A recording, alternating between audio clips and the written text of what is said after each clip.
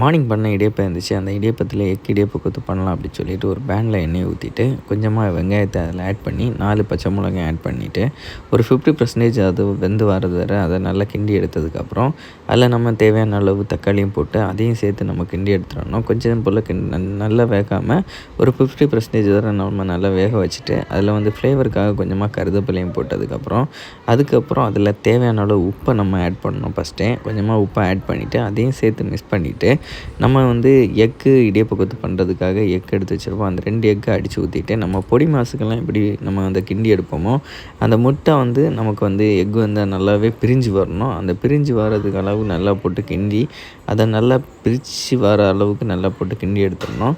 இதை கிண்டிகிட்டு இருக்கிற கேப்பத்தில் நம்ம காலைல ரெடி பண்ணி வச்சுருந்தா அந்த இடியப்பத்தை கொஞ்சம் கொஞ்சமாக பிச்சு போட ஆரம்பிக்கலாம். ஒரு பாத்திரத்தில் பிச்சு போட்டு ரெடி பண்ணி வச்சுருக்கணும். அடுத்ததில் நம்ம ஆட் பண்ணுறதுக்காக நான் சின்ன குழந்தைங்கள இருக்கிறனால இடியப்பம் காலைல நல்லா வெந்து எடுத்துட்டாங்க. நீங்கள் ஒரு 70% வெந்து எடுத்தால் மட்டும்தான் அது தனித்தனியாக லேயராக பிரிஞ்சு வரும். நாங்கள் வந்து எடுத்தது கொஞ்சம் நல்லாவே வெந்து கிடச்சிட்டு அதனால தான் எங்களுக்கு இப்படி இருக்குது. அதையும் சேர்த்து ஆட் பண்ணிவிட்டு அதையும் சேர்த்து நல்லாவே கிண்டி எடுத்துகிட்டு மசாலைக்கு கொஞ்சமாக மஞ்சப்பொடி, கொஞ்சம் மல்லிப்பொடி, அப்புறம் கொஞ்சமாக மிளகு பொடி எல்லாத்தையும் சேர்த்து போட்டுட்டு அதையும் நல்லா கிண்டி அந்த பச்சை வாசனை போகிறது வரை நல்லா கிண்டிட்டு ஒரு இடியப்ப கொத்துறதுக்காக ஒரு கப்பை ரெடி பண்ணி அதில் நல்லாவே அதை வந்து கொத்தி தனித்தனியாகவே பிரித்து எடுத்து ஒரு பாத்திரத்தில் சேவ் பண்ணி நான் சாப்பிட்டு பார்த்தேங்க. டேஸ்ட்டு வேறு லெவல் அப்படின்னு சொல்லலாம்.